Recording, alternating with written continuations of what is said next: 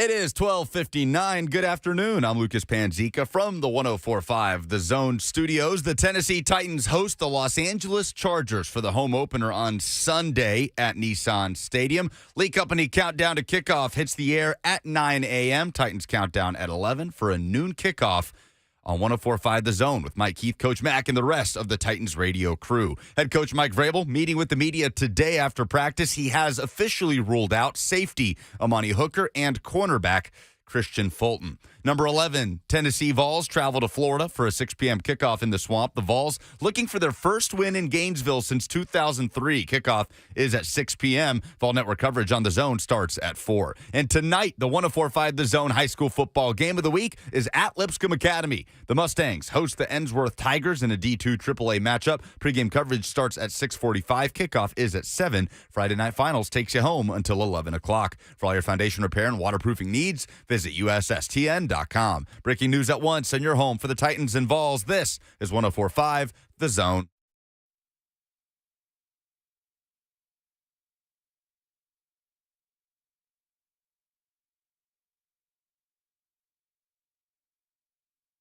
Blaine and Mickey, 104.5 The Zone. Mike Vrabel, Hooker, and Fulton are out. There you go. Thank you, Lucas. Sorry. Starting Friday with BBN, breaking bad news. We talked about this yesterday. Not surprising. We didn't. It wasn't solidified by Vrabel, though. Crap. Multiple reports. I see Sam Phelan here, our buddy from A to Z Sports. Dylan Radins will play on Sunday per Mike Vrabel. And he also reports, as does Jim Wyatt, Buck Rising, everybody, Hooker and Fulton have been ruled out for Sunday. Wait, you're going too fast for me. Dylan Ratings will play. Dylan Radins will dress. Mike, here's Buck Rising. That means he's starting? Will play? He's not a starting? Maybe he's the swing guard and will play some special teams.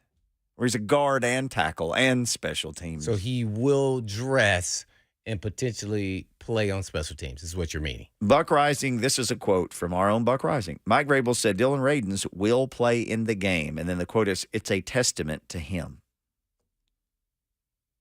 So he's where are we at with Brunskill? I remember didn't he walk out the game too? Or was I? No, I think Brunskill's okay. Oh, okay. He hadn't been on any injury report. No, this haven't week. seen him on Maybe anything. that was preseason. Oh, well, I'm trying to figure out where he will play. Like, so who is he playing for? Maybe he just means special teams. Oh, I don't know. When you say he will play, that means he doing more than special team. Well, you only have two tight ends. You have Wiley, but he played two. Maybe that you dressed last game. Yes. That you dressed last game. That don't mean this game they're going to do Maybe that. you make him the old Undertaker where he's an extra tight end on some plays. He just goes out there, lines up outside the tackle. I'm going to say this. I'm just thinking out loud. 5 or 6. No, I know. 5 or 6 less than 10 plays. That is not playing. Yeah. Let's get this clarified from an athlete's point of view. That is not playing. Like that don't make, when I go home and, oh man, I played 10 plays, I played special team, I did a great job. I got in, I went in also a tight end, I got me a block. No. If you are satisfied with that, you will be in their league for not for long. No, you should be pissed off. I should have played more. Did you see me out there? See, that's the mentality of a winner, of successful players in the National Football League. Now, got to take baby steps. That's why I asked to clarify, what does that mean? And we don't know because we're just reading a tweet by what a coach said. So I don't know what that means. Like to me, a coach saying he will play, like he just skipped the whole, like he dressed last game and he will play. What do you take from that, Lucas? You're good at filling out what a coach is actually saying leading up to what his statement said. I just take it as he will be available. Okay, cool. He said he will play. Okay, gotcha. He did use the word play. Well, yes, that's what he said. Did he not play last week? So that could give us clarity. If he played no snaps last week, I don't know. Jim Wyatt's version is Dylan Radins will play in some capacity on Sunday. There you go. Whether that's special teams, O-line, there you have it. Jimbo on the road again. There may be a little bit of a interesting something though. Just this is all happening in real time. Yeah. So I'm an iPad guy. If you're watching online, and I'm just trying to scroll because this literally happened as we were walking in the room. Not spotted at Friday's practice. This is from a few minutes ago. Let me write this down. Jimmy White, DeAndre Hopkins. So he didn't practice again. So that's no practice this week. But he has not been ruled out by Vrabel.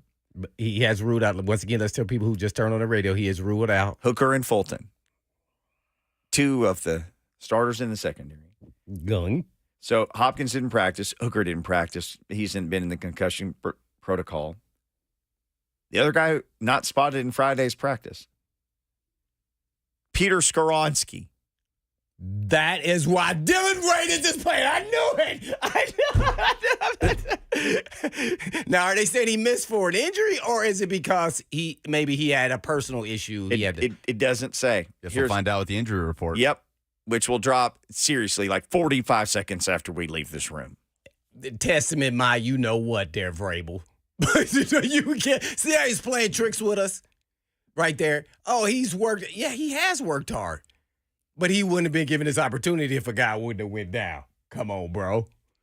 Man, this is not our first rodeo. So I'm hoping Skoronski, who I thought played for his first NFL game, pretty solid. There was some up and down here, there, which you expect. I think that would happen to a proven veteran guy. But, boy, you could see that there was a couple of times he smashed some people. And when I say smashed, that means that they was on their back and he smashed them and made them into a pancake with the ground. And he played like it was a burger, and I am the bread. And I'm the top bread. So you could see, there was a couple times, too, he got beat, but nothing made you go, dang, that guy, he's going to be a pretty good player. Yeah. Dang, Dylan Radins. Oh, man, man, I've been waiting. Dylan Radins. Just the fact that he got hurt in December, right? I mean, this is a fast comeback. Well, yeah, every player is different. Yeah, people heal we different can go ways. Jeffrey Simmons to Bud Dupree. Yep. See, Jeffrey Simmons did somewhat similar, the same thing. He maybe even quicker. Bud Dupree did it and then wasn't the same player. Yeah.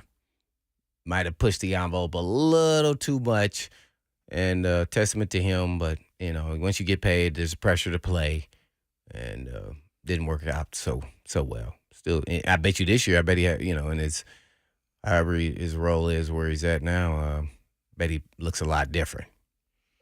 But, yeah, testament to Dylan Radins, man, on the grind. Wasn't his first rodeo, too, as I understand. I didn't know he tore his ACL before. Yeah. I don't know which one. If it's said that in a locker room interview. Yeah. But I've done this before, so I got a roadmap how to do it. Shoot. Oh, okay. I don't know when that happened, whether it was in high school or college, but yeah, so good for him. So that was a testament to him. Okay. Nothing else that you were scrolling you saw? No, that's plenty for Friday. You got something positive? Anything from the injury report from yesterday? No. No. When we got off air, they said that this was the injury report. Amani Hooker didn't practice Wednesday or Thursday or today. He's in concussion protocol. Traylon Burks had an excused absence on Wednesday, but he was back. DeAndre Hopkins' ankle has not practiced Wednesday, Thursday, or Friday, but they did not rule him out. Christian Fulton hamstring was limited Wednesday and Thursday, so I was a little more optimistic maybe because he's limited, but he's already been ruled out. He was only listed as limited. Just with his history, I'm just telling you how I would have approached it if I'm the DB coach. You're not going to do a lot when you come out here in the position. Yep. Because guess what? I'm planning for the other guy to play based off of your past history. So if you can get some reps here or there, just make sure you know what you can do. And in warm-ups, if you do great, you start. But if not, I got to prepare this young cat or a new guy here that needs to make sure he understands and we're all on the same page. See, that's how I'd go about that. I guess that's Molden, maybe? Moldens is going to be starting the safety for Hooker. Yeah. So, hey, man, get out there next to 37 and start figuring this out. Tajay Spears, groin, he was full go this week. Tier Tart, groin, was limited Wednesday and Thursday. No mention of him today by anybody. Trey Avery, hamstring, full participant Wednesday and Thursday. Nobody mentioned him today. Dylan Radin's knee has been a full participant all week. So, Trey Avery, come on down. Vildor, yeah. Mm-hmm. Those are the two. And then I don't know how they're going to implement McCrary, whether he's inside or outside. Or are you more inclined, because this is something you and me talk about? I probably would put McCrary inside because, well, we've only seen Vildor outside and we've only seen Avery outside. So let's just assume I am anyway, as much as I want. Yeah. That goes McCrary back to outside. Yeah, I mean, he got to practice inside because they don't have so many guys unless they dress or pull up or Camp Crush. Gara the Terror. Yeah. Mm-hmm. As a, backup to McCrary in the slot. So, surely somebody else gets called up off the practice squad just because you're missing. Whether it's Marsh or yeah, it's because you're missing a guy. So then everybody has to move up a click. So does Gara come up then and take that? So where are we at with Bunton? He walked off the practice field. Nobody mentioned him. It said he went in yesterday after special teams, but there's no mention of him anywhere ever for anything else. So maybe he just had to go to the bathroom or prior commitment or something. He had to go do poopsies. Maybe so. There's no other mentions of him. So okay, Vrabel didn't that'd rule be him good out. if he's there. Oh yeah, no doubt. So SMB, McCreary. Oh. So then you have two of the three corners. So, and if you don't move McCreary outside, then you're not solving two problems. You're only solving one, right? SMB stays where he is. McCreary stays where he is. Vildor played the slot? I think he's been a versatile guy in Chicago. Okay, I'm cool with that then. I'll go with that. I don't know. There's a lot of complex deals, so maybe they make it easier for him, put him outside if he's not up to speed mentally with all the different things they do. I mean, we must not forget he's only been here a couple weeks. Yeah. So, and how much reps is he doing in the slide and all that, I have no idea. So, but yeah, that looks a little more formidable, though, to your point, whether they're inside or outside, yeah. Regardless, the Vildor thing is looking – hey, man, thank goodness they went up to Chicago for a couple days and left with Vildor, essentially. Well, I mean, they just needed a veteran guy who could still play. You've been saying that all offseason. Sign a veteran guy, somebody. They got something still left in the tank, not no end-of-the-road vet there. Guy's got some starting experience, but if he's a backup, that's okay, too. But if somebody's injured, he can start, and you won't miss a beat. That's who he is.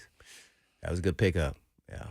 Well, you wanted – remember when we did the thing last week that awesome things would be totally awesome if they happened, and one of them was Fulton would play every game. Yeah. That took 1 week. I can't believe it.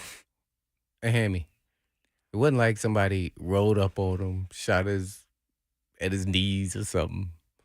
Like, dang, man. Oh, man. Dang. And then he's going to try to fight. Don't fight it. Don't try to play good. You're not going to look good on film. You're going to look just like how they ran that D-ball. Lucas could have beat him on that D-ball. I think I still could have beat him. Man, come on, man. You just let it heal and get back out there, and when you're healthy, just play ball, man. Yeah. It's,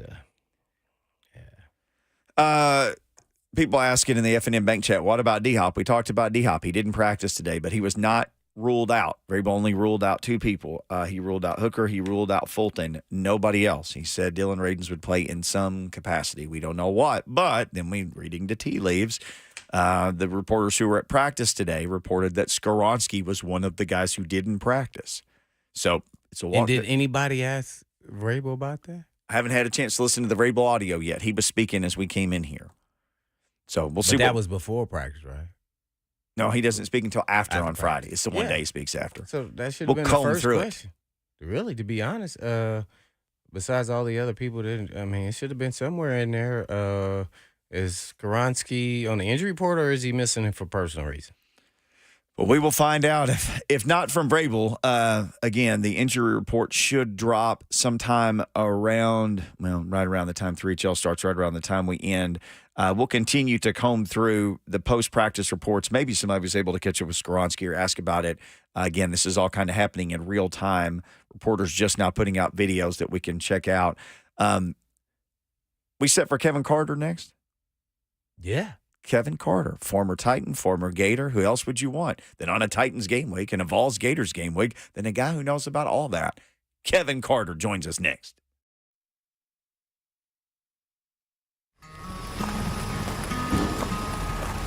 "40 years ago, we opened our doors with one mission in mind: We'll be right back with the top 10 songs of 1983.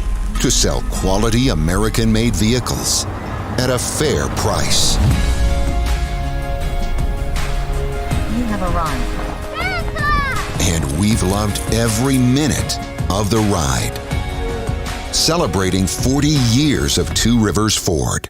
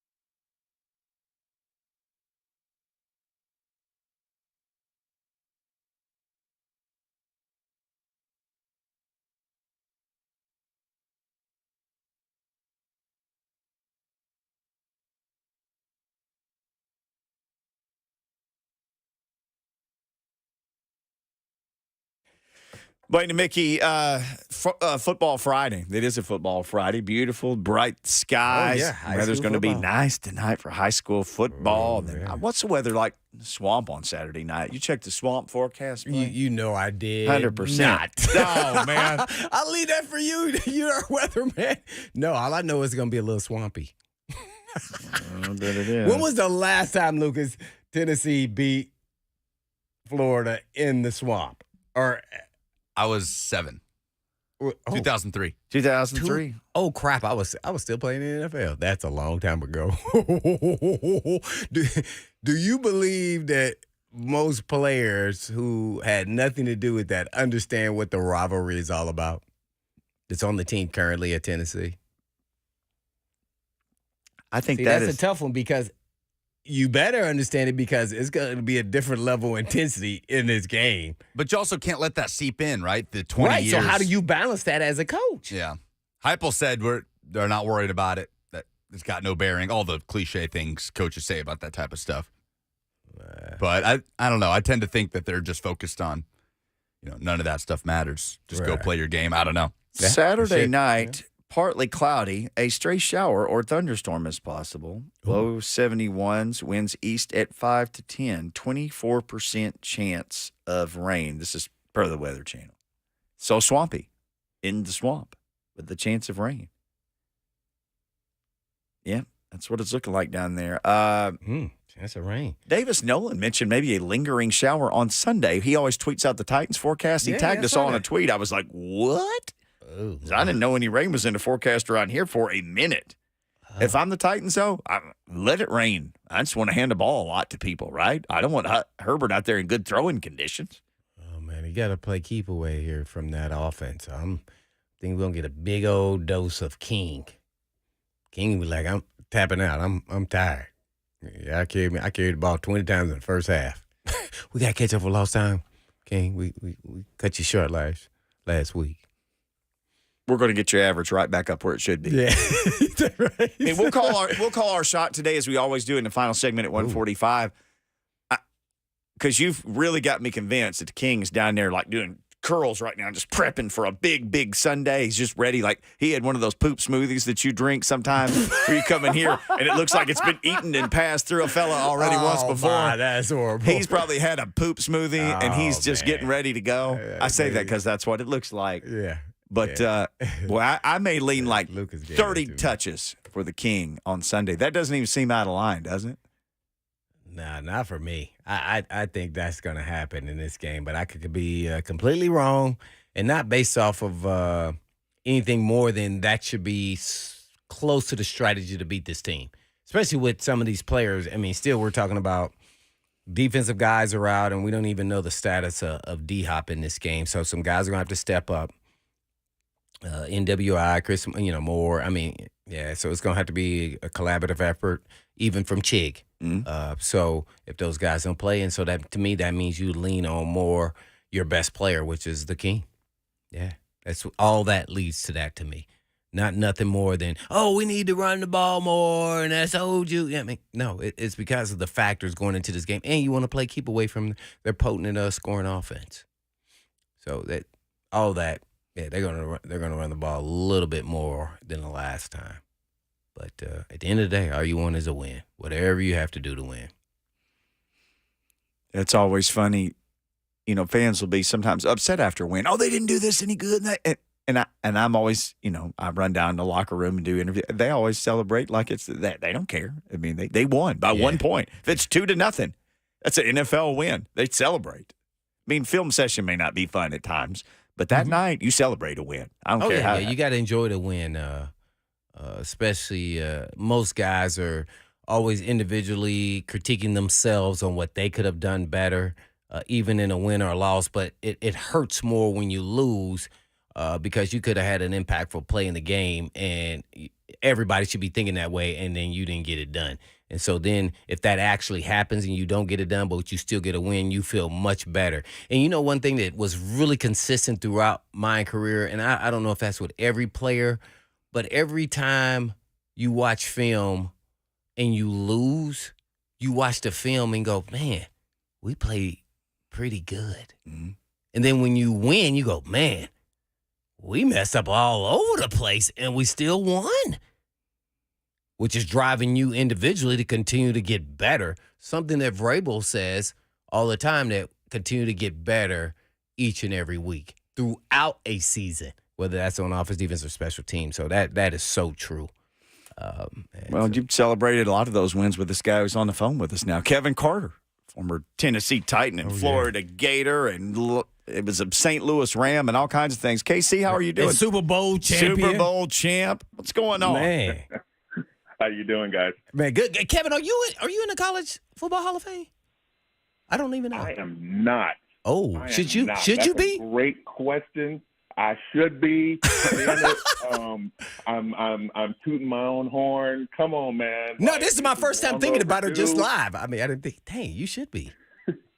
Yeah, because I'm looking at 104 and a half sacks. I mean, you're on the list. And I was pretty good in college, too. No, we all know. Well, when you go, what were you, fifth pick? I think you were pretty good. I was sick overall, man. Way back in '95, holding that number 1 jersey up and giving that awkward hug to the former commissioner, Paul Tagliabue. Oh, Man, man. them dudes, man, come on. Oh, man, what a fantabulous player and a great teammate, man, and future Hall of Fame NFL player, Kevin Carter, who's now doing CBS Sports there, man. I have to start it off with the swamp and the noise that creates that's created there in this kind of rivalry game against Tennessee. What is that actually like? I haven't been to a game there. I mean, just the craziness and how loud it is. Do you think it'll be to that level, this game? I definitely do, because I think the Florida fans are starving. They are starving for Florida to be good and relevant again. I mean, and even if just relevant within the SEC or the SEC East. I mean, that's saying a lot, considering that, we've got a team in Georgia that's lost 1 game in the last 2 seasons and is really dominating college football. So there's a huge uphill battle to climb, especially in the SEC East. I love this game. It's historic. I remember this game from when I played. It was always the same weekend of the year. It's like the 3rd game of the season. What's your record? What's your record? My record versus Tennessee is 3-1. Okay. Okay. I only lost to them in 1992. We went up there and got shellacked at Neal Stadium, and they put it on us. And that was kind of a rebuilding year. But that was the only year I lost to Tennessee. So historically, man, I went up there my senior year in 1994, and we routed them 31-0 in their own stadium my senior year. So get a sack. I've got good memories of that game of those years versus Tennessee. Yeah. What was your did you get any sacks on any Tennessee quarterbacks? I got a couple of sacks. Stewart was the quarterback, I think, back then. I'm trying to think of who it was who was actually the quarterback. Because Peyton Manning, my senior year, he was a freshman. He got in the game late. And that poor kid, we all knew he would be great, but we caught him before he was before he was that dude. But this is a great matchup for both teams, because every year it signifies kind of a benchmark of where you are relative to the rest of the talent in the SEC East. This game kind of sets that whole, drama of what's going to unfold in the SEC East in motion. Man, we're on with Kevin Carter, former teammate and Super Bowl champion, and check marks all the Hall of Fame things that potentially will be there and happen. But I was asking all the guys here, Kevin, and that is, current Florida, Tennessee players. Do they understand what this rivalry really means and what, how the fan bases really look at this game? And do you even talk about it if you are the coach? You definitely talk about it, because there's so much history surrounding this matchup. I think, the SEC, and I think all conferences share this singular fact, but the SEC, people say it just means more. The rivalries, between teams, especially in your side of the conference, are heated. I mean, I hate with passion South Carolina, Georgia, Kentucky, Vanderbilt. I mean, everyone on our side, pretty much is a heated rivalry and has its own history. So I mean, we could go on and on about every game, on these schedules for all of these teams because every game has its history. So I think as a player, if you didn't grow up watching SEC football, it doesn't matter. When you get there, you know how important that matchup is. Because like I said, I mean, it's a benchmark for who and what you are and where you are in the season. I mean, thus far, I'm looking at this offense out of Tennessee and not quite as explosive as it was last year with Hendon Hooker at the helm. But I think, Josh Heupel does a great job. I mean, he does an amazing job just, manufacturing points and offensive explosion on this offense. Joe Milton, I mean, it's a little bit of a fall off from last year with Hendon Hooker, but this offense seems to be picking up where it left off, from last year. Jalen Wright, the tailback, looks better. He's averaging 9.32 yards per carry. I mean, this offense is just rushing the ball better than it did last year, 257 yards on the ground per game. But, Joe Milton, going back to him, that's kind of the story of what's going to really power this offense. He's 67% thus far. He's got 4 touchdowns, and he's fairly efficient, hasn't thrown any interceptions. So, and really this game I think will come down to quarterback comparison, right? It's about what these offenses can really do. I think what you mentioned earlier about playing in the swamp with all that noise is the only thing that can kind of even the playing field between these two teams, because right now I just haven't seen enough offensive production out of Graham Mertz and the weapons that he has on this offense. I mean, you see guys like Ricky Pearsall show up, right? But the rest of these guys, I mean, I'm looking at, who is it that's going to make an impact for the Florida Gators in terms of, receiving. I mean, who's going to step up and be that guy? I need to see more as a fan. I need to see guys, I need to see more out of guys like Marcus Burke, Eugene Wilson, Caleb Douglas, and those names aren't showing up enough in the stats column. And, Florida's only throwing for about 283 yards a game, but they're not running the ball very effectively. So, to me, the only thing that can really even the playing field is really just the crowd noise there in the swamp that might make this a closer game. On with the former teammate, All-Pro Super Bowl champion, and now college football analyst for CBS Sports, Kevin Carter. Kevin, you went down. I was just kind of reading up on what you've been up to. I know you went down and spoke to the Gators a few weeks ago, and you've probably gotten to know Billy Napier some. When he was hired, because we all know, I mean, we live in all the same footprint for the SEC. I knew Gator fans said, I don't want that guy. And I knew others who had some optimism, but what has your impressions been of him? Well, I like him as a person.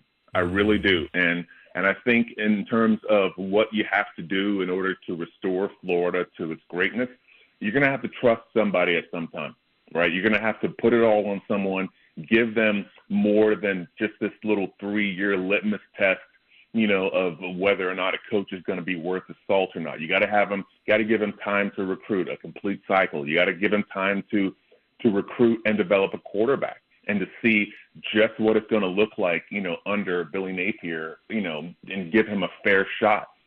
Because I think the fragmenting of ideologies and coordinators coming in and out, there's been a real lack of consistency in terms of coaching and continuity from year to year that we just haven't seen with Florida. I mean, when I came to Florida, I was spoiled, now granted, and who would have known that I would come and play for a coach that, where I would win 3 SEC titles inside of 4 years? Who knew that I would go play for a guy who would, galvanize Florida in such a way as to where it recruited, better than anyone else for a span of years that flowed into the next 2 head coaches, with Ron Zook and Urban Meyer. I mean, who knew that would happen? But that's the sort of, process that Florida is really looking at with a Billy Napier. And from a personal standpoint, I can say that I'm rooting for him. My concerns lie with, you may be a great coach, but you've got to surround yourself with other great coaches. My position coach when I got to Florida was a guy named Charlie Strong. There was a guy named Bob Sanders who was another defensive coach. There were guys like Carl Franks and Dwayne Dixon. And, as far as the eye could see, there were coaches, quality men, good recruiters. And that's going to be the test of his staff. How well can they recruit? How well can they get, sell these players to come and believe and buy in once they get there and control the dynamics of a team and develop a quarterback and all of this, right? You're not going to win in this game, in this modern game of football, without having a dude at quarterback. So I'm looking at Graham Mertz. I hope he works out. But, man, how did you miss out on Sam Hartman in the transfer portal? I'm like, dude, it's so I'm kind of looking at it, and I'm hoping the best. But my head has to go with Tennessee. My heart says Florida. Kevin Carter on with Blaine and Mickey here. Blaine's former teammate with the Titans, former Super Bowl opponent with the Rams. Oh, yeah. Then he came over to the dark side with the Titans. Got to bring that up. Yeah, you got to get that in there. All right, you talked about Napier right there. Is this a make or break because year for him? And I say that in because I don't think, you tell me if he's going into his second year now, that he's beat any of you guys' biggest rival, so rivalry game. So if this continues and he just even if he comes up a little short and loses close games, what do you think the university and the fan base will be thinking? Maybe two different thoughts on that. I think the fan base, if it's a 5-7 year, I think the fan base will be calling for his head. I think the seats are already hot. I think it's the nature of the job you take when you agree to coach at Florida. You have to have an unrealistic expectation of your team being relevant in the college football playoff picture every year. And that is highly irrational and unrealistic. But that's the type of mentality you have to have when you go to coach at a branded program like Florida. It just kind of comes with the territory, and the fans are unrelenting. So, I talked about this little 3-year litmus test. I think that process was somewhat interrupted because I think Billy Napier lost his quarterback. I think he was developing, just a dude who was a man among boys. And I think, you really couldn't keep Anthony Richardson out of the professional game. It just didn't make sense for him to stay at Florida, struggling to regalvanize and rebuild a franchise. And, while his opportunities, lay with him holding up a jersey and giving an awkward hug to, Roger Goodell and going on to bigger and better things. And that's what he's done. So I think, his process of developing the quarterback was somewhat interrupted with having such a talented piece there. But I think he may get another year or two just to make that happen, because we still haven't seen him, recruit, bring in and develop and manufacture a winning product at the quarterback position. Graham Mertz is just a temporary Band-Aid. So I think the seat's already hot. It's going to get hotter after this season, because I don't see Florida having the type of year where they create or manufacture one of those signature wins that you're talking about that can possibly endear you to a fan base and or save your job. This is Kevin Carter. I guess a lot of are on here on the streaming live here. A lot of people wanting to hear you. I guess give us a memory, even though it will painfully hurt me, I'm sure, from the Super Bowl. Just a play or something that fans can't see from the TV and everything else. A fond memory or a play or anything else besides you guys winning at the end and all the stuff coming down your feet and everything. Well, being that I came to join the enemy, just a year later, after that whole process, I came into that locker room there in Nashville, Tennessee Titans, and I felt that I had to step my game up, because what I saw in that locker room was a certain esprit de corps, a togetherness, a belief, a love collectively of so many guys, in the most eclectic environment that you ever assemble, which is a football locker room, the NFL. And I saw a love and a brotherhood for guys when you cross the white lines that, frankly, I had the same feeling when I was in St. Louis. And I said, man, I'm coming into this room, and they have what we had. I guess that's why we faced them in the Super Bowl. And I had to step my game up. I felt that I had to endear myself to you and the guys, Samari and Freak and all the guys on defense who were the leaders. I had to become part of that group, and I had to get better. And I had to, it was an uphill battle, because, I had guys giving me the side eye, right, on both on defense and especially along that offensive line, because, we had history and it wasn't friendly.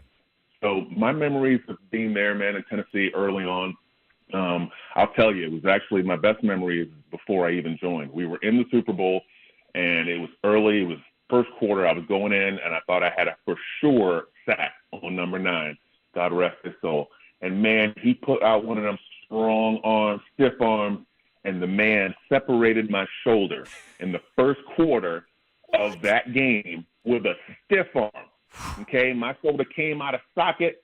Man, I had stinger pain, nerve pain running down, shooting down my arm and into my pinkies and into my pinky on my right arm. Thought my arm was gonna fall off. I'm in tears. I'm pissed off because here it is. I'm in this game, basing my life, and this quarterback just stiff armed me and separated my damn shoulder. Man, I had to put that thing back in, and I was shouting out all kinds of superlatives and explicit language that I can't repeat on the air. But I got back in that game, and I remember when I did get sacked on number 9, I was like, I got you, man, I got you, finally got you.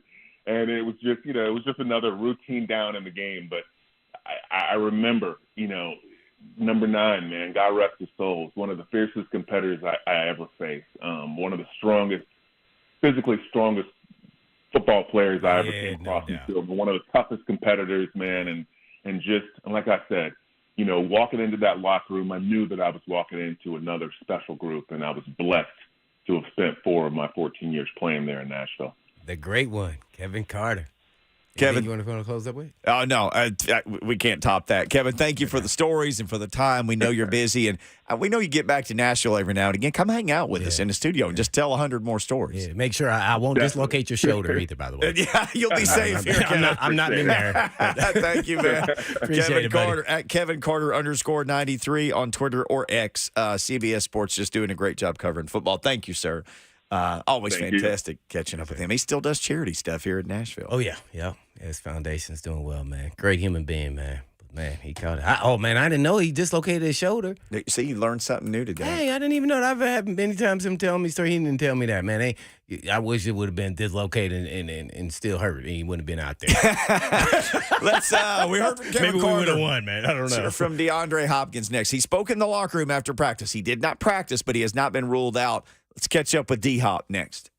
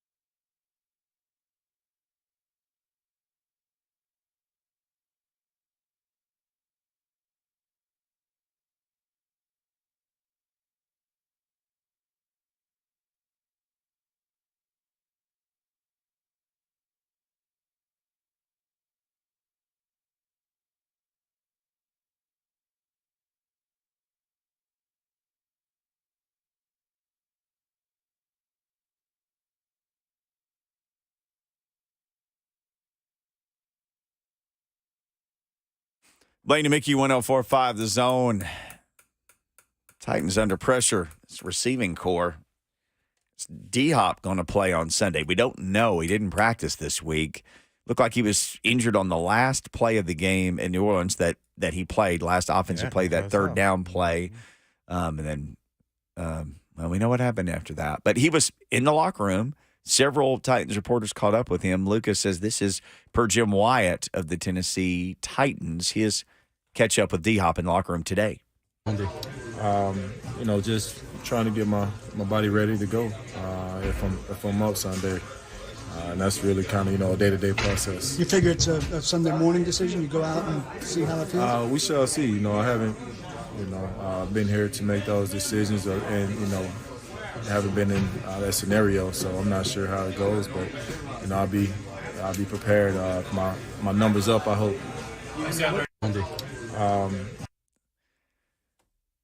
So not a whole lot. I'll be ready if they call my number. Try to get my body ready to go. I mean, if anybody knows how to get their body ready to go, it's a guy whose body has been in the NFL now for 10 years or so. But be great if he could play. You still have those. Like he's hoping that his body does what he thinks it should do.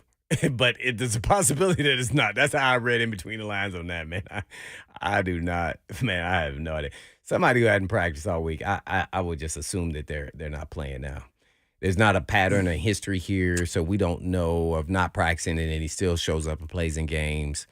A lot of the late great McNair or any other player like that. So it's just hard to say, man. Without knowing him, I would assume he hadn't practiced. He's out.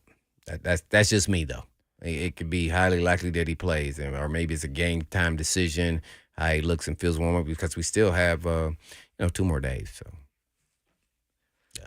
Don't you have those battery-powered stim machines? Could you drop a couple off for him? Say, hey, take these home with you. Just stim it up. I don't know the extent of his injury. Yeah. So it doesn't stem. I don't know if that's part of the solution or not. I hope that it would be something that simple, but I have no idea what he did to his ankle. He was on the injury report and just says ankle, correct? Ankle. Yeah, so the ankle is attached to the foot, and then you have no idea.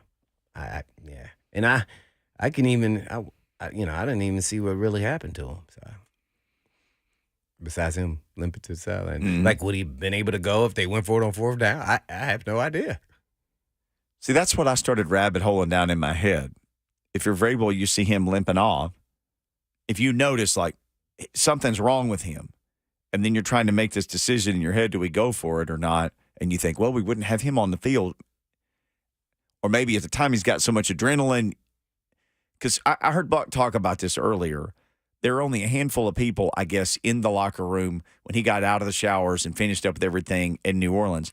And Buck said none of them asked him. He said none of us asked him if he was hurt because none of us saw him got hurt in the game. And he said he didn't appear to be limping crazy or anything. So he said we just asked him questions about the game. Not knowing what had happened. We didn't see it in real time. So it's a mystery of what happened. I know some people. Then he hasn't been there. Hasn't practiced at all this week. Right. Nope. Until now. Yeah. So that makes sense, though. I had to go back and look. I didn't realize he was injured either. Yeah. So I said, well, it was a couple of days ago. I said, well, yeah, he got hurt on the last play, but I didn't know that in real time at all. Well, we saw this offense last year without somebody like him. So, a lot.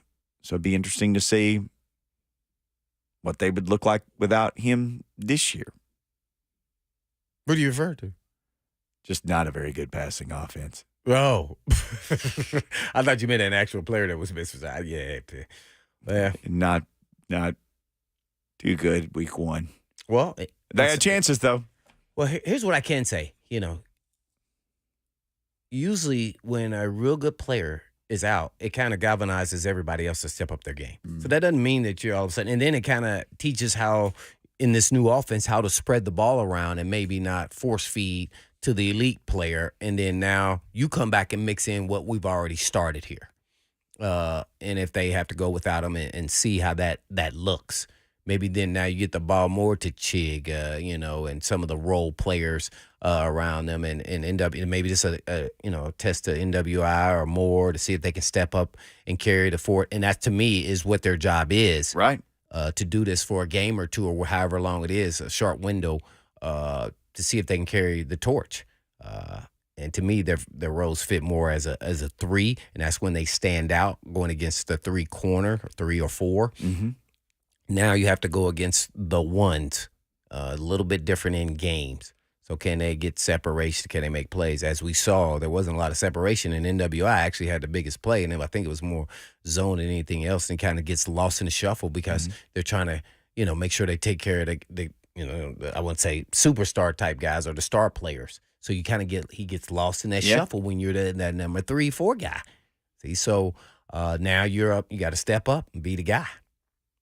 So let's see how well he does. Because most guys take it on as a challenge because they think they belong there anyway. Sure. Let's Which see. They should.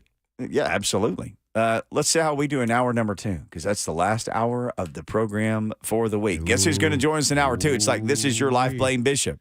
We had his former teammate Kevin Carter in hour 1. In hour 2, we got the one and only Lorenzo Neal, everybody's favorite fullback, set to join us in hour number 2. Headlines next, including who did practice and who didn't practice and who's been ruled out. And there's even a mystery wrapped into all this about somebody who didn't practice today and somebody who has been ruled eligible to play. We'll get into all of it next and your calls.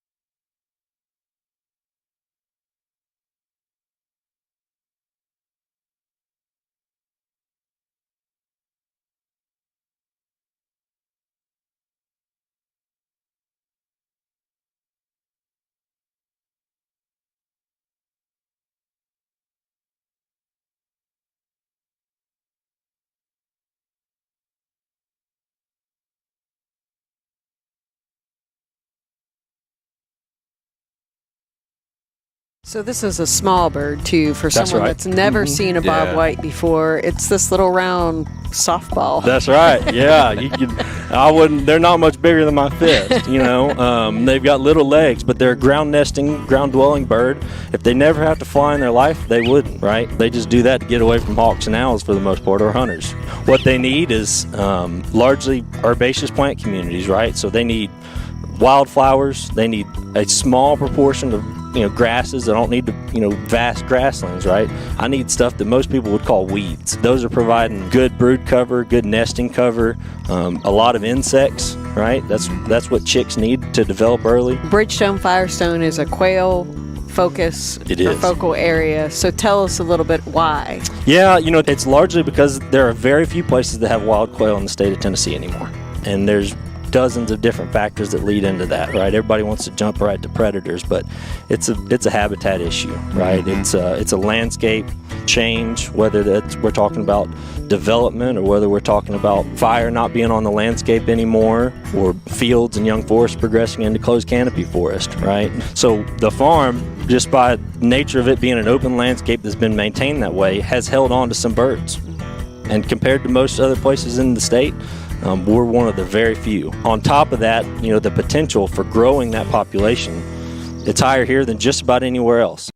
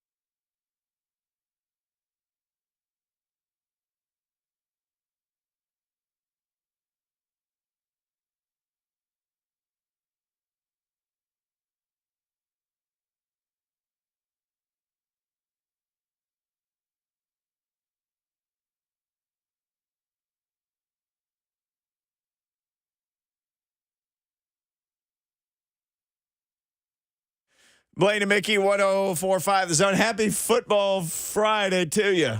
It's a triple F. It's a freaking Football Friday on The Zone. Literally, Lucas and crew tonight. What's the high school game of the week? You got a little college talent playing, huh? Yeah. Independence. Talent-loaded Indy. matchup tonight. Indy's got a tough one. I know you guys are headed to Beach, but we are headed to Lipscomb Academy for the Mustangs matchup at home against the Ensworth Tigers. We got Tennessee commits, Vandy commits, Michigan commits. A lot of talent out there tonight. So we'll kick things off for pregame at 6:45 with actual kickoff at 7. Man, yeah, Independence, we have no commits. Y'all didn't get us? Okay. We saw you guys 2 weeks ago. Oh, okay. Great game. Great game. Was that the triple overtime? That was just the single overtime against Centennial. You only play overtime. Yeah. Literally, it's the overtime game. That's all of your games. So that's 3 out of y'all's first 4 games going to overtime. 2-2. Speaking of twos, 2 guys have been ruled out by Mike Vrabel already. Remember when we talked about the secondary and said we really like the starters, but they need more depth because what happens if, I don't know, like Hooker got hurt because he's dealt with some injuries? Or what if something happened, maybe Fulton's hamstring got kind of goofy on him again? And well, guess what? Both of those things have already happened. See, no Hooker, no Fulton. So almost like they know we don't have depth. It took 1 week. Golly. They're both out, Yeah. per Mike Vrabel. Wait, I'm gonna say something just really crazy. I'm just so frustrated right now. I'm just, man, this is why I'm not coaching. First of all, I know it was a fantastic play by Hooker on the first play. I mean, incredible. Matter of fact, that might be a record for 4 seconds of getting a review. Yep. Red flag thrown. Do we not have good enough players to not have our starter safety on the freaking kickoff team? Seriously now. I'm serious. What the heck are the other dudes on the team for? We got a whole bunch of Lucases. Why can't you run down on kickoff? What's wrong with you? We got some backup linebackers. We got some running backs. That remind me of some college crap. Oh, but I trust Hooker. I trust him to be on the sideline during the kickoff. Unless you make him a safety valve or something like that. Heck of a play, but I'm not having it. Not unless it's a critical situation. Critical situation, last kickoff of the game or something, right there. I don't get it. Like, what are the other dudes doing on the team? Like, Wiley, run down on kickoff. I don't learn how to tackle. Sorry. You're big, man. Just run into some people. You pressure people into doing something they have never done before. Guess what? Everybody on the team was the starter at their school. Yeah. And they didn't play any special team. Watch this. Ask Mr. Monday Night. He hated special team when he was a rookie.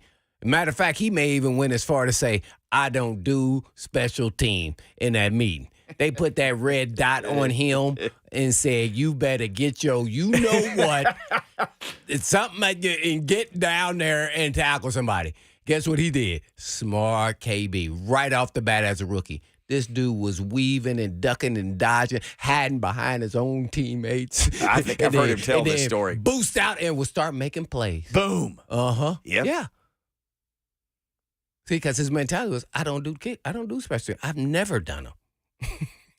You doing them now, or you ain't gonna be on the team? Well, he knew he was gonna be on the team. His first round pick. He was too good. He was too good. It was like, hey man, somebody gonna get benched. I know better. Yeah, right. First round pick. So I'm like, man, you a second round pick or worse though? Hey man. Yeah. Like I shouldn't be seeing the starting safety. I mean, what are the backup safeties doing? Are they on there too? I didn't even look. Like, wow. And the backup safeties and backup corners and backup linebackers and man, I don't know. This is a different world, man. You don't trust them. Maybe one, maybe two guys from the starters. I don't know, man. Different animal. They do it in college too, though. You got 100 and some guys on the sideline. The college starters playing special teams is one of the more baffling things that you'll ever see. Because this is where you want them to get some playing time and some experience. How do you gain trust without letting the backups play? Practice. I'm going to trust him in practice, Blaine. But I'm going to make the starter get like all these extra special team snaps. Stop that. I ain't say stop that. I said stop that. I'm just. By the way, I just saw the highlight. I meant to say it. Theo Jackson was 25, started for safety for the Vikings. He got an interception, didn't he? Yeah, he got an interception. I saw him get an interception. That's how I knew it was him, because they said his actual name after he got an interception. Yeah. Maybe that's when I dozed off and maybe it didn't count or something, but yeah. So he was starting there. I don't know who's injured or who's not, or if he won the job on his own and all that. I've not been paying attention to Minnesota Vikings secondary. I think he's been there since the Titans let him go. Yeah, he landed up there. Whoa, time out. The Titans let him go? Or did he get picked up off the practice squad? Right, since he didn't make the team, I should say. Oh, okay. So that's how the transaction was. He never was on the Titans practice squad. Right. He never. Oh, I don't know if was he on the practice squad. I know he never made the 53. No, he never made the 53. But I thought he was on the Titans practice squad, and then somebody picked him up. If he was, it was super briefly. Yeah. Right. Because they're like, they wait a picked him second. up so fast. This dude's versatile as hell. He can play special teams like a demon. He was signed to the practice squad right after roster cut day and then got scooped up. Right, immediately. I mean, really quick, October 11th. Was the Vikings or no, it was somebody else? But no, signed by the Vikings, Yeah. October 11th, 2022. I thought it was earlier than that, but yeah, October. So he was on there for a couple months or, a month. Dylan Radins practiced today. DeAndre Hopkins did not. Hopkins spoke to reporters and essentially just said, I'm going to try to get my body ready to play. He has not been ruled out, but he didn't practice all week. There's a report. DeAndre Hopkins. No, I don't have it. I just want to. When they say Dylan Radins practice, watch this. Did he practice with the ones? The reason why I'm saying it now is because we don't know nothing about Skoronski. Yeah, because Skoronski reported not at practice today. And that's it. Nothing else. And Mike Vrabel talked to reporters afterwards, and they had seen that he wasn't there, but apparently nobody said, hey, where's Pete? Right. And then he said Dylan Radins is going to play Sunday in some capacity. And that means he was doing the left guard. And he said it's a testament to him and him coming back from an ACL tear. Well, the last time he saw Bosa, he acquitted himself pretty nicely, old Radins. Oh, but this time he's going to get somebody else. Who's guard or be another D tackle? I don't know who he's going against. But, it's his first game back at the ACL, so I'm going to give him a little bit of a pass. We shall see. But I'm hoping nothing is going on with Skoronski. All I think about is his big calves. Like, what happened? All I can think is just maybe there was man. some personal business or something he had to attend to. But what? Dang it. Oh. Why didn't he say that, though? He could have said that. He could said have that about other people. Yeah. Oh, every time DHop's not around, they immediately say, he had to do this today, but he'll be here at this time. Not Skoronski, though. Rookie. Let's just say when the season starts, he's going to have his day on Wednesday off. He may be at practice watching, or maybe he stands there or whatever, but I'm not concerned with that. I'm this Skoronski stuff here, but I want to, oh, man. Did something happen out of nowhere? He practiced on Wednesday, right? He practiced every day till today. There was nothing, no mention of him. Yeah, dang it. Wow. Yep, this is a king game. Too many guys are out, man. Too many major contributors here. Equaling the playing field is king. King. So y'all want it? Y'all want more dose of the king? Well, here you have it. And DHop, as you were going to mention there, I'm sorry, Mickey. I was just looking to see if there was anything out on the Chargers yet, Eckler and Bosa, because neither one of them, as of yesterday, had practiced all week. Nope, we just saw highlighted Eckler. Kendricks also, Eric Kendricks, who's a starting linebacker, had missed Wednesday and Thursday also with a hamstring. Charger starter Eric Kendricks. Let's take one quick phone call from Brian, then we'll get to Low Neal next. Yes, that Low Neal is going to join us. Brian, what's going on, man? Thanks for calling Blaine and Mickey. Hey, guys. How's it going? Good. Fantabulous. Good. Hey, real quick question.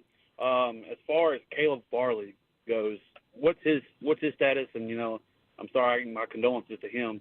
But I want to see him on the field, especially in some special teams like Blaine was just saying earlier. Love to hear your guys' take and see what's going on with him. Appreciate it. Oh, Mickey would know better than me. I have no idea. I'm not at the practice. So is he even practicing? No.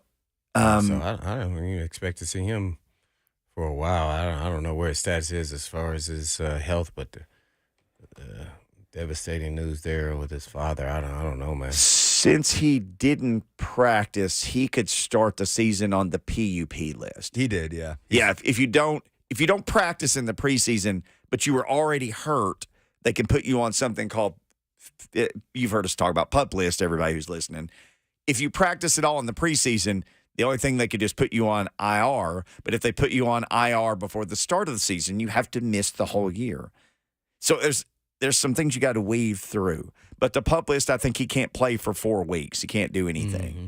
And then IR would be 6, I believe, if you start the season on IR. I thought IR was 4. It's 4, yeah. Okay. Because Kyle Phillips is out 4 weeks. Out 4 Farley weeks. also out at least 4 weeks. I've forgotten all about Kyle Phillips. Oh, boy.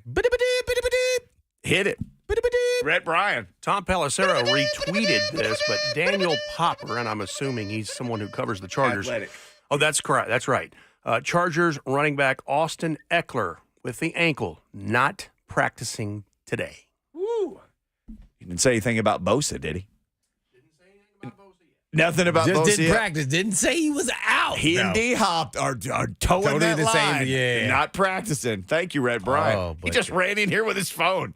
Man, that Teamwork makes the dream work. Okay, there we go. Daniel Popper. That's who I'm over here like, okay, what's this guy's name? Is it Pepper? It's Popper. Yep, Austin Eckler, ankle not practicing We need today. all the help we can get. Hey, man, Austin Eckler's a problem. Catching and running. He's not the biggest dude, but he gets where he's trying to get to fast. Quickly. He's quick. And powerful. He's a little squirt there, man. And that dude finds the end zone like I find a box of donuts. Ooh, I mean, it's impressive. Yeah, I'm glad he's not going to be able to reach out and fumble the ball like Jefferson did last night. Oh, my gosh. If the Vikings didn't just poo the bed, they could have beat the Eagles last night, but they pooed the bed repeatedly. All right. Let's get Lorenzo Neal in here. Let's get the Titans fullback, and he played on a bunch of teams. 16 years an NFL fullback, 16 years doing it as well as anybody we've ever seen do it. Let's go down memory lane, and we'll talk some Chargers with him because he's out in California now, his home state, covering pro football. We'll be right back.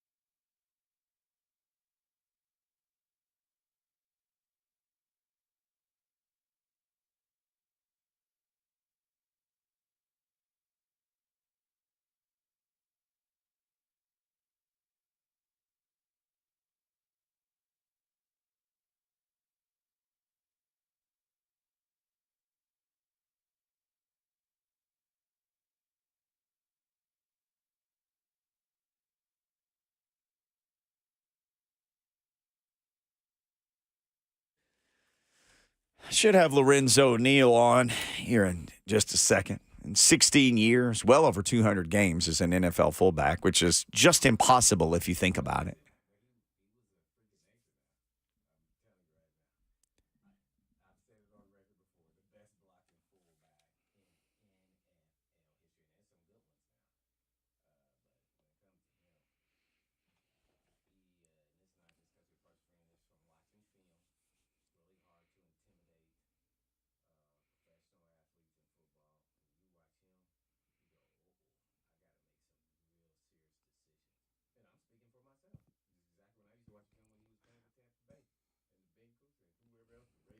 Yep.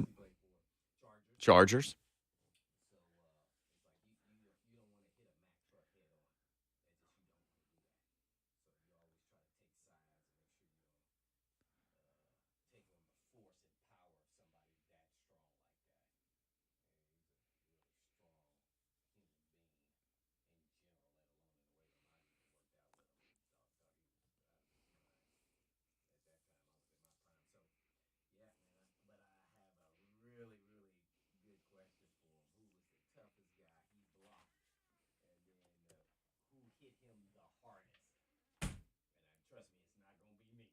Because I was never trying to hit him head on. So when he gets a chance, he's going to give us a shout. And maybe we have some more breaking news as we wait for Lorenzo Neal. Yes, Lorenzo Neal set to join us, but Rhett Bryan will join us in the interim with more Chargers news. I can't fill the shoes of Lo Neal, but here I am.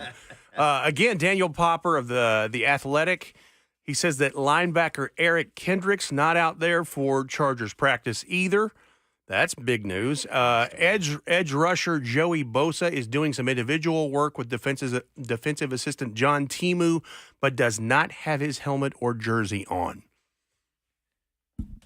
Boy, Daniel Popper, again, he's the athletic beat writer for the Chargers. That's the guy that I've been watching all week, and he's just dropping it like it's hot here. So Eric Kendricks, a starter at linebacker. Joey Bosa, obviously. Joey Bosa. Who and then did individuals, what he's saying, right? No, he said Bosa did stuff on the side, right, with no helmet, no shoulder pads. This is the report. Eric Kendricks not out here for practice either. That goes with Eckler. So neither one of them have practiced all week. Edge rusher Joey Bosa is doing some individual work with defensive assistant John Timu, but does not have his helmet or jersey on. So Bosa just out there getting a sweat up. No helmet or jersey. Maybe he's testing it out, whatever the injury is. See how it feels. If it's, it swells up or, man, dang it. Man. Joey Bosa. The Bosa brothers. Watch this. All right, real quick while we wait for Lorenzo Neal. The Bosa brothers, Lucas, you're in this too because, you're really good at this. Bosa brothers, the Watt brothers. Who are you choosing? JJ, TJ, Watt, Joey, and what's the others? Which version of J.J. Watt do I get? J.J. Watt? Right after defensive MVP, J.J. Watt. Not the last, not in the Arizona, but let's say his last year with the Texans, which is good, but he was when he was just not a defensive player of the year. He was still really good, but he just wasn't defensive. He's just still all pro. Him in his prime, it'd be hard to turn him down because he just take over the whole game. We saw him like yelling at the Titans sideline, like put somebody out here who can block me. That version of him, I would take in a heartbeat. Well, I'm talking about him and brother. Yeah, I mean, I would take that. I would take that whole thing just based on how good he was because the brother's great too. Not like the big brother, but he's still really, really good. Because in theory, they're really two different positions that they play. He played more defensive end, and the other one was outside linebacker, pass rusher. So a little different, but the Bosa brothers are pretty cool. But yeah, any version of J.J. Watt at his peak, man, just add any other player that was halfway decent. Let alone his brother, man. TJ may end up getting the sack record in a season.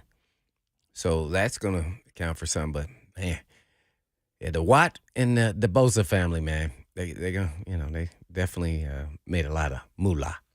I mean, what did little Bosa just get?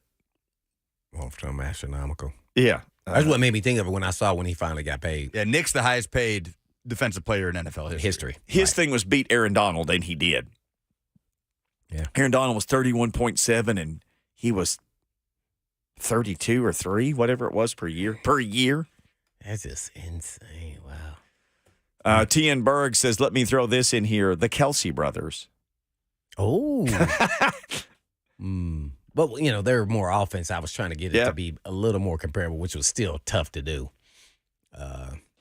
But, brothers in the league, if you want to now compare just having brothers in the National Football League instead of, pass rushers, it's cool too. Hey, man, I know Lowe is ready. I don't know what he's doing. Well, this is interesting. This is just a whole nother thing, but this just kind of slid across my timeline here. What's that? Patrick Storm is the guy's name. It sounds like a made-up name, but he's a real person. He writes for Fox Sports. He's a reporter in Houston, Texas. Official, H-Town Blue will be part of the new uniforms per Texans marketing SVP Doug Vosick on Radio 610. Oh, so he's listening to radio and put this out. Landry, Locker, and Lopez on sports. They're putting baby blue in their uniforms. But whoa. You said what color blue? He called it H-Town Blue. Which you can't be stealing my trademark like that. So then people are responding to him saying, you mean Columbia blue? because that's the color that's our color. And then he responded and said what? He has not responded to that, but this is going around the world many, many, many times in a few minutes that it has been out. And Texans fans are extremely upset about this.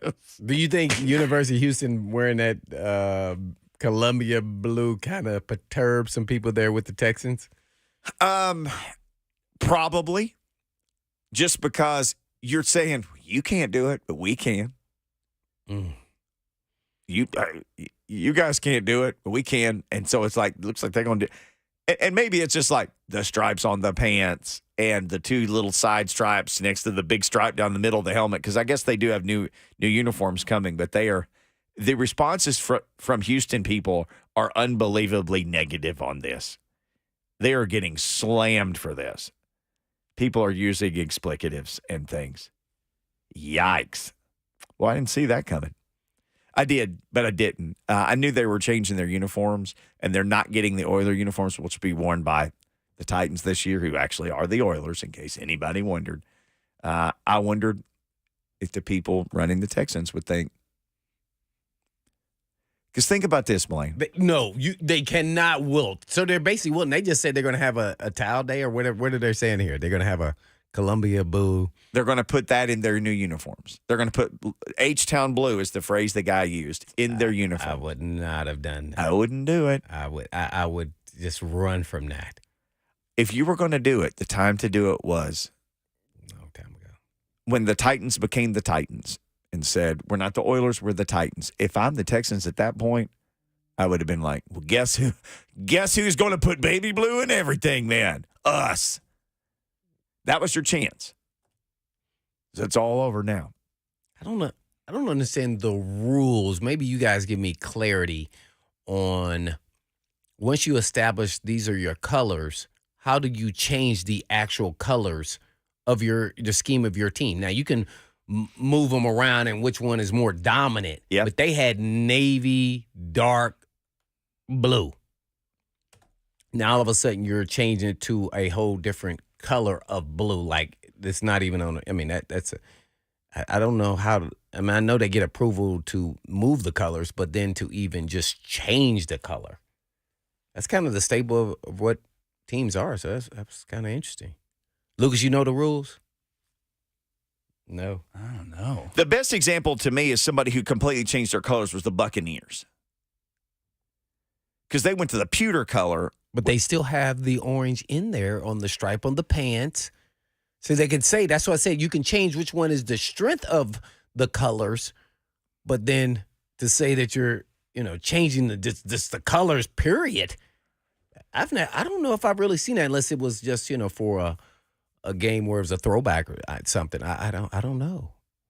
It seemed like the reason why I say that, it seemed like the NFL would be sticklers for that one. Like this certain things, they just like, nah, you can't change your colors. Like your actual color, they don't have baby blue, Columbia blue in there anywhere. They have red, white, and dark blue, as you said. Yeah. So now you're changing your color of your team. Hey, why don't we do this? We're waiting on Lorenzo Neal to check in. Do we want to call our shot? Do we want to do that now and then take a break and try to get Lorenzo for the last segment? You guys cool with that? Yeah. Let's do that. We'll try to pivot on the fly here. Yeah. Call your shot. Brought to you, as always, by our friends at Chattanooga Whiskey. We got new news. We got new stuff to tell you about Chattanooga Whiskey here. We always let Lucas Panzica go first, but I will tell you this about my good friends at Chattanooga Whiskey, that the 2023 football season is brought to you by Chattanooga Whiskey, named 2023 Craft Producer of the Year by Whiskey Magazine. Perfect lineup this football season. Chattanooga Whiskey 91, Cask 111, and 99 Rye available at your local retailer. Lucas Panzica, what is your shot? Double shot. Vols win in Gainesville. They're the better team, so they should get it done. And Colorado wipes the floor with Colorado State late Saturday night. It's a 23.5-point spread, and I think it's going to be a little worse than that. Okay, I'm asking you this about the Vols game because this is a mistake. This is not a mistake. This is a process that I have in my own head. Sometimes on this show, I will predict things because I say, they should happen. This should happen, so I'm predicting it. Are you just going on, the Vols are a better team, it should happen? Or are you saying, I know it's going to happen? It should happen. It should happen. Okay. It should happen, yes. If Joe Milton has accuracy and timing issues, then everything else is on the table. Any other result is on the table. But there's no question who the better, more talented team is. It should happen. Tennessee wins on Saturday.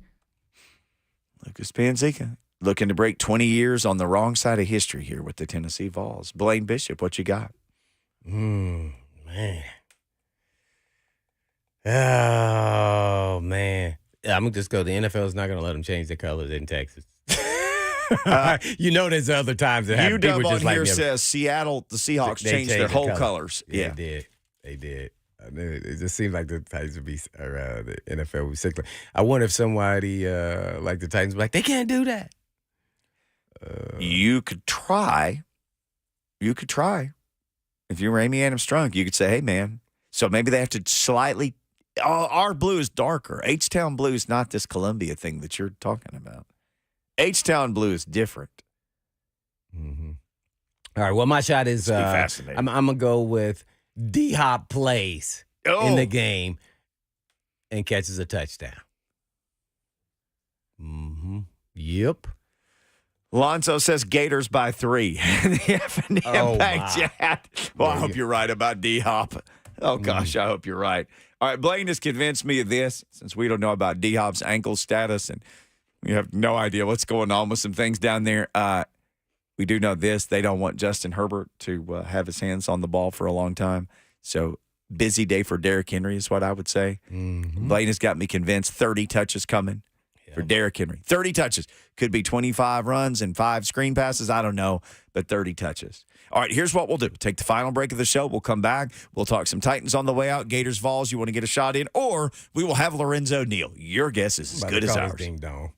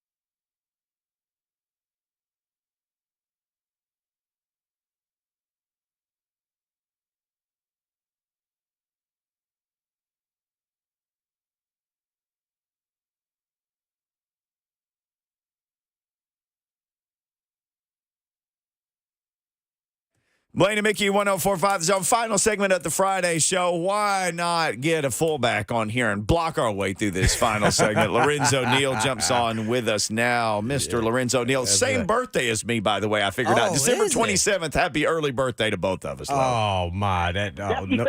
Blaine, stop hating. Happy birthday. You know what? That's a great man. Blaine, you're lucky to be working with this gentleman. You're in greatness. You're around greatness right now. Blaine, you need to remember this. He's the sun. You're the planet. You need to revolve around him.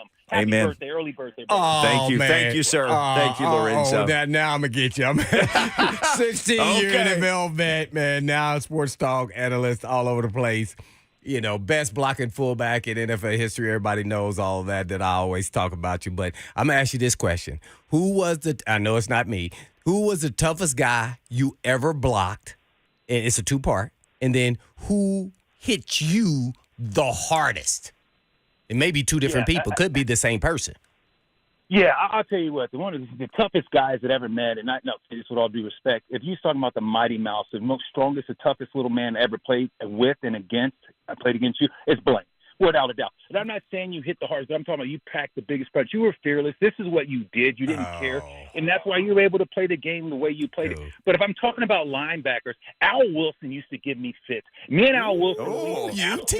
And I love Al Wilson. And and in old school, there was a guy by the name of Jesse Tuggle, 57 with the Atlanta Falcons. He was tough, physical, get downhill. Me and Jesse, it used to be hey diddle diddle, Jesse and Low up the middle. Let's go.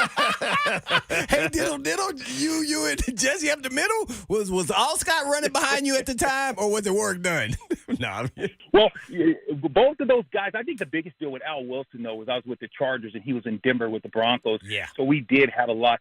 Ray Lewis was a physical type of back, but I love playing against a guy that's 6'2", 6'3", because Urlacher, I could get underneath him and I'd be able to, boom, explode right at the point of attack. So taller guys didn't give me fits as low as the tougher, the shorter guys gave me problems.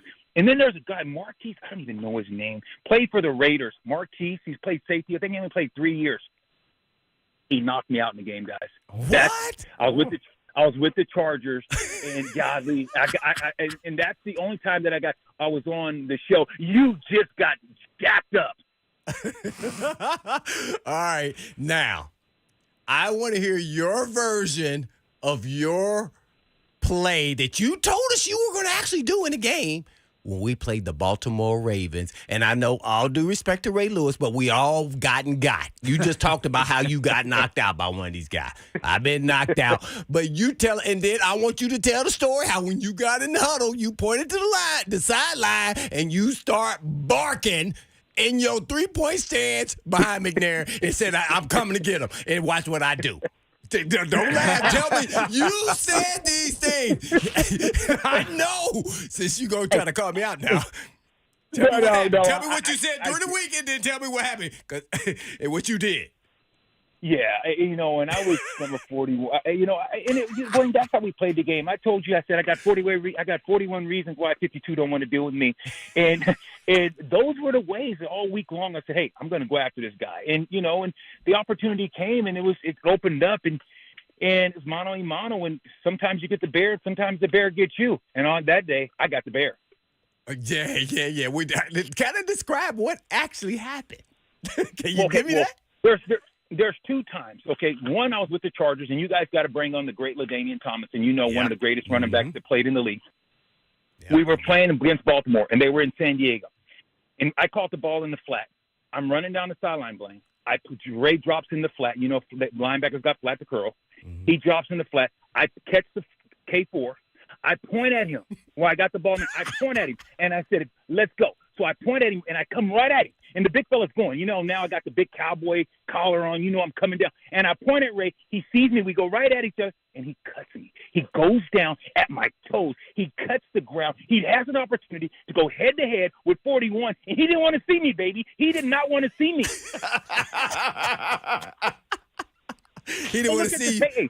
The eye in the sky don't lie, guys. Go look up that game, the Baltimore Ravens against the San Diego Chargers. Pull up the play, and eye in the sky. I give him the point. I say, hey, let's go. If we can't get along, we might as well get it on. And I was ready to get it on. Ooh, that might have been better than the time you got in with the Titans, because it looked like you was kind of rolling like you roll up a rug or something. I don't know, man. I thought that would be a better story, but that was pretty good there. Now, since you cover all of the West Coast and all these teams on the West Coast, man, just first and foremost, tell me what's up with this new offense and Kellen Moore, and does it look any different, and does it favor Herbert and his big arm and that big contract he got? Yeah, well, when you look at the Chargers and think about Herbert, who he is, and you look at Kellen Moore, here's a guy who was with the Dallas Cowboys, and you think about what they're going to do. Everyone said, hey, is this guy going to come in and try to throw the ball all around the field, or is he going to run? And he ran the ball. The Chargers ran the ball, I think, over 200 yards against the Miami Dolphins, even though they lost that game. You look at that game, games are won and lost in the trenches. You got to come down to 1-2 series. One, neither defense could stop either offense. We know that. Mm-hmm. But at the end of the game, when Miami had the ball, here's what you do. You don't let Jalen. The quarterback Tua's getting the ball out of his hands quick. He's saying, "Let me get rid of the ball." So you couldn't sit on anything because the ball's coming out. So you can't really put a pass rush to affect them. But then, and always in the 3 minutes, with 3 minutes left, they get the ball and they drive down the field. The Chargers stayed playing man-to-man and trying to play the safety over the top.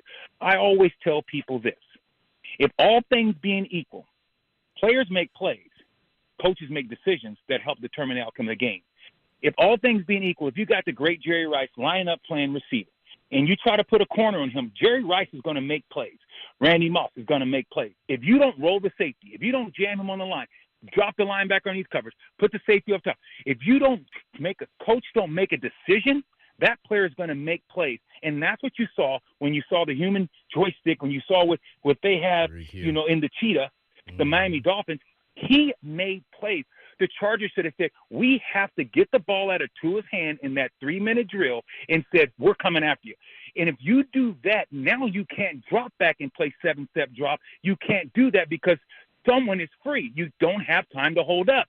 You saw then when the Chargers got the ball with a minute and something left, it was 1, 2, 3 sacks in a row. Why? Because Miami said, we're selling out, we're coming after them, and we're going to say the pressure's going to get there. They knew that if they came after the Chargers in that time, they were going to too much time. We wasn't going to have enough time to get rid of the ball, and that was the deciding factor. One defense made the plays it needed to make at a crucial point in time in the game, and that was the Miami Dolphins. Lorenzo, Neal, our guest, longtime NFL fullback, former Titans fullback even during the Blaine Bishop Titans era. We have a mutual friend, a guy, Casey Pierce, who you worked with the Chargers, and I talked to Casey this morning, and I said, Lowe is on. He said, tell him I said hello. I said, give me a question for Lowe. He said, ask Lowe who was the better team he played on, the 2000 Titans or the 06 Chargers, a great team that didn't make the Super Bowl. Which of those teams was better? Dang, too tough. 06 Chargers, 2000 Titans.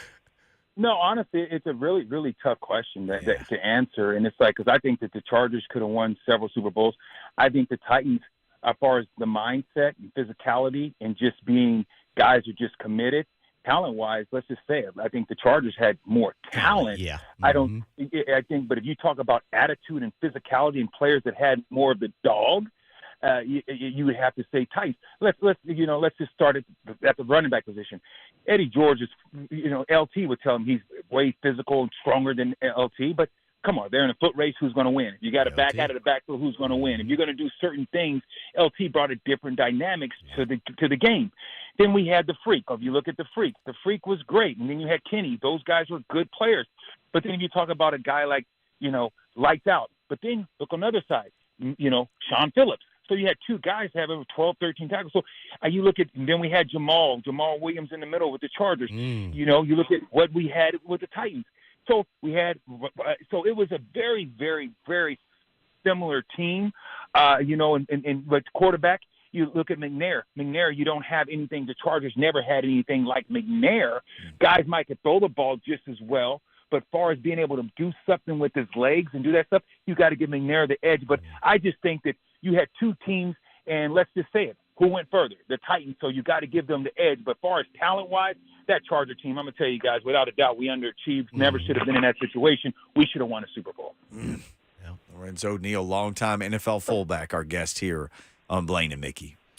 Well, since we picked winners and losers, how do you see this game playing out? And is this a must-win for the Chargers? I think it's a must-win. I think it's a must-win for both of these teams. When you look at the Titans, you think about where they're at and what they're trying to do. You guys are in a situation where you know that this team, everything goes through Derrick Henry. And if you can't run the ball, here's how I think this game pays out. If the Chargers can play 7 men up front, say 7 guys, 4 down linemen with the 3 backers, and if they win that and don't have to compromise the integrity of the secondary, I think you have to give the Chargers the edge if you can get it done with 7. If you got to put 9 guys in the box, and now you're saying you got to get 8, 9 guys in the box, that means that Derrick Henry's having a good day, and that means that if Tannehill can now play back and play pass and throw the ball, that means that he has a better chance to have success. But if you got to play 7, Tannehill can't beat you. Tannehill can't beat. Tannehill is a game manager. He is not a game changer. And all due respect, he's a good guy. He wants to win. Tannehill is not going to go out and throw for 400 yards. He might do that a game. He might do that twice in a season. Tannehill is not going to go out there and say, I'm going to do this with a consistent base. If I ask you guys, hey, do you see Herbert throwing for 2 games over 400? You have to take the over-under. Without a doubt, you guys say, I'm taking that over. He's going to have 2 games over 400 this year. If I ask you that with Tannehill, would you take that? No, you're not doing it. Why? Because he is a game manager. He's not a game changer. Lo, you were a game changer. Happy fellow birthday to you, my December 27th brother from another mother. Oh, man. And how do you guys see this thing? It's going to come down to who can run the ball. We know that. But if you guys can't run the ball, I just think the Titans are going to have a tough time beating this Charger team if they can't have success running the ball. There you have Agreed. it. Low Daddy. Yes, sir. The Thank best you, Lo. in the business. No worries. Cheers, guys. Appreciate it. Just in and out, surgical strike. Yeah. I wanted to hear that bark that he did in the game, man. I wanted to hear him bark, man. I tell you, this dude was a different cat when it come to blocking. Oh, man, he was. Oh, my gosh. We don't want to block a good time from you. So 3HL, live at the scoreboard, Cedar Creek today. You can go there. You can win a pair of UT versus UTSA tickets. That'll be a fun game. You can get wristbands, the Scoreboard's bourbon tasting, and Low Country Boil on September 23rd, plus other great prizes. So go just spend the afternoon with 3HL. But in the meantime, Cedar Creek Scoreboard, in between time. Peace.